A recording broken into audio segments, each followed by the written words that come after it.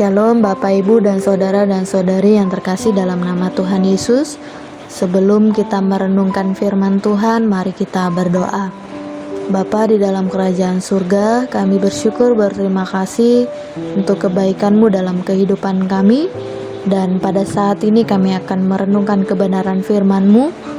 Biarlah Roh-Mu yang mengajari kami untuk mengerti dan memahaminya, sehingga melalui firman-Mu ini hidup kami semakin diperbaharui oleh Tuhan. Terpujilah Engkau Tuhan, dalam nama Tuhan Yesus kami berdoa. Amin. Shalom Bapak Ibu dan saudari yang terkasih. Perenungan kita pada saat ini terambil di dalam kitab Zakaria pasal yang ke-14 ayat yang pertama sampai dengan yang ke-9. Demikian firman Tuhan, sesungguhnya akan datang hari yang ditetapkan Tuhan, maka jarahan yang dirampas daripadamu akan dibagi-bagi di tengah-tengahmu. Aku akan mengumpulkan segala bangsa untuk memerangi Yerusalem. Kota itu akan direbut, rumah-rumah akan dirampoki, dan perempuan-perempuan akan ditiduri. Setengah dari penduduk kota itu harus pergi ke dalam pembuangan, tetapi selebihnya dari bangsa itu tidak akan dilenyapkan dari kota itu. Kemudian Tuhan akan maju berperang melawan bangsa-bangsa itu, seperti ia berperang pada hari pertempuran. Pada waktu itu kakinya akan berjejak di Bukit Zaitun yang terletak di depan Yerusalem di sebelah timur. Bukit Zaitun itu akan terbelah dua dari timur ke barat, sehingga terjadi suatu lembah yang sangat besar. Setengah dari bukit itu akan bergeser ke utara dan setengah lagi ke selatan. Maka tertutuplah lembah gunung-gunungku, sebab lembah gunung itu akan menyentuh sisinya, dan kamu akan melarikan diri seperti kamu pernah melarikan diri oleh karena gempa bumi pada zaman Uzia, Raja Yehuda. Lalu Tuhan Allahku akan datang, dan semua orang kudus bersama-sama Dia. Maka pada waktu itu tidak akan ada lagi udara dingin atau keadaan beku, tetapi akan ada satu hari itu diketahui oleh Tuhan, dan tidak ada pergantian siang dan malam pun menjadi siang.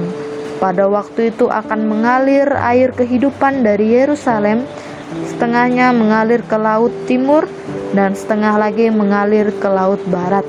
Hal itu akan terus mengalir dalam musim panas dan dalam musim dingin. Maka Tuhan akan menjadi raja atas seluruh bumi. Pada waktu itu Tuhan adalah satu-satunya dan namanya satu-satunya. Amin. Demikian jauh pembacaan firman Tuhan kita pada saat ini, dan kita akan merenungkannya dengan tema bersyukur atas kasih setia Tuhan. Bapak Ibu dan saudari yang terkasih, melalui tema perenungan kita pada saat ini yaitu bersyukur atas kasih setia Tuhan, kita akan merenungkannya dalam perikop yang telah kita baca bersama. Ya, setiap kita memiliki banyak cara untuk dapat mengekspresikan kasih setia Tuhan. Kasih setia Tuhan itu selalu ada setiap hari, dalam setiap keadaan, dan dalam setiap waktu.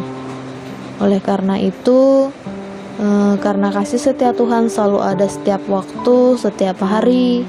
Oleh karena itu, marilah dalam setiap waktu, dalam setiap hari, bahkan dalam setiap keadaan, kita senantiasa bersyukur atas kasih setia Tuhan dalam kehidupan kita.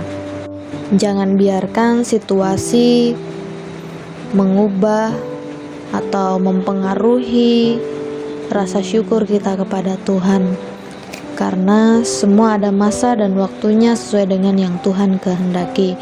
Bapak Ibu dan saudari yang terkasih, perikop yang telah kita baca ini merupakan nubuat tentang pengharapan datangnya Mesias sebagai Raja yang adil, jaya, lemah lembut, dan membawa kedamaian. Selain itu, ada harapan kemenangan yang akan Tuhan kerjakan pada masa itu supaya terjadi damai sejahtera, tidak ada peperangan, kesulitan, dan kekurangan. Oleh karena itu, pada dasarnya mereka sedang menantikan saat yang dinantikan, yaitu saat sukacita, saat damai sejahtera yang bisa mereka rasakan kembali. Saya menggambarkan bahwa menantikan saat sukacita itu dapat dirasakan dan dinikmati seperti seorang petani yang menantikan hasil panen. menantikan hasil panen, di mana melalui hasil panen itu seorang petani bisa merasakan sukacita, dan menantikan hujan di musim kemarau, di mana hal ini sangat dinanti-nantikan, sehingga ketika hal itu didapatkan maka akan membawakan rasa sukacita bagi setiap kita yang menikmatinya. Itu artinya menantikan sebuah kedamaian itu adalah hal yang senantiasa dinantikan oleh semua orang. Tentu setiap kita merindukan dan menantikan masa damai itu bisa dapat kita rasakan. Seperti pada saat ini mungkin kita terus bertanya, menantikan saat dimana ya virus corona ini bisa dapat teratasi, supaya setiap kita dapat bertemu, dapat berjumpa secara langsung. Banyak hal ya, keadaan selalu berubah-ubah. Sekarang kita harus mematuhi protokol kesehatan demi kebaikan bersama. Ya, mungkin itu sebuah harapan yang senantiasa kita temui setiap waktu, harapan bagian terkecil dalam kehidupan kita, dan setiap kita tentunya mempunyai harapan-harapan yang tentunya kita merindukan itu dapat mendatangkan damai sejahtera, baik bagi kita secara pribadi maupun bagi orang-orang di sekitar kita. Siapakah di antara kita yang tidak merindukan tentang damai sejahtera? Tentu ketika hal ini dilontarkan bagi kita, ya pasti semua orang akan menjawab bahwa kita senantiasa merindukan tentang damai sejahtera. Dalam teks firman Tuhan yang telah kita baca memperlihatkan bahwa sekalipun terjadi kesulitan di Yerusalem, tetapi Tuhan memperhatikan hal itu. Ia bertindak memberikan kemenangan bagi umatnya, bahkan dia hadir sebagai pahlawan untuk memberikan kemenangan bagi umatnya. Selain itu, di ayat-ayat selanjutnya mengatakan bahwa tidak ada lagi udara dingin, bahkan akan mengalir air kehidupan yang terus mengalir dalam musim panas dan musim dingin.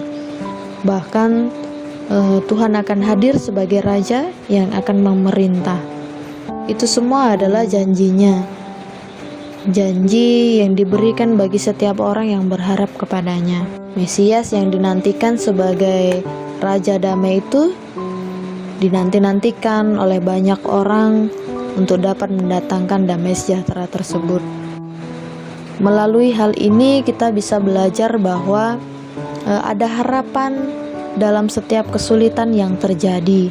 Tuhan senantiasa tetap setia bagi umatnya, sekalipun umatnya dalam keadaan kesulitan, bahkan sampai pada saat umatnya dalam masa damai sejahtera, Tuhan tetap setia bagi umatnya.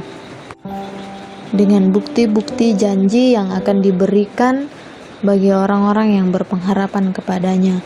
Oleh karena itu, Bapak, Ibu, dan saudara-saudari yang terkasih, melalui perikop ini mari kita belajar untuk senantiasa berpengharapan kepada Tuhan dalam segala keadaan. Dengan begitu akan mendorong kita untuk senantiasa dapat bersyukur kepadanya oleh karena kasih setia Tuhan. Kiranya firman ini menjadi kekuatan bagi kita bahwa masih ada harapan di dalam kesulitan yang terjadi dalam kehidupan kita. Oleh karena itu, yang menjadi perenungan kita saat ini adalah kesulitan apakah yang terjadi dan bagaimanakah kita menyikapi kesulitan yang terjadi dalam kehidupan kita. Biarlah melalui perenungan kita pada saat ini, kita mau belajar bahwa kasih setia Tuhan selalu ada dalam setiap keadaan yang terjadi dalam kehidupan kita. Demikian perenungan firman Tuhan kita pada saat hari ini. Kiranya kita senantiasa dapat bersyukur atas kasih setia Tuhan di dalam segala hal. Amin.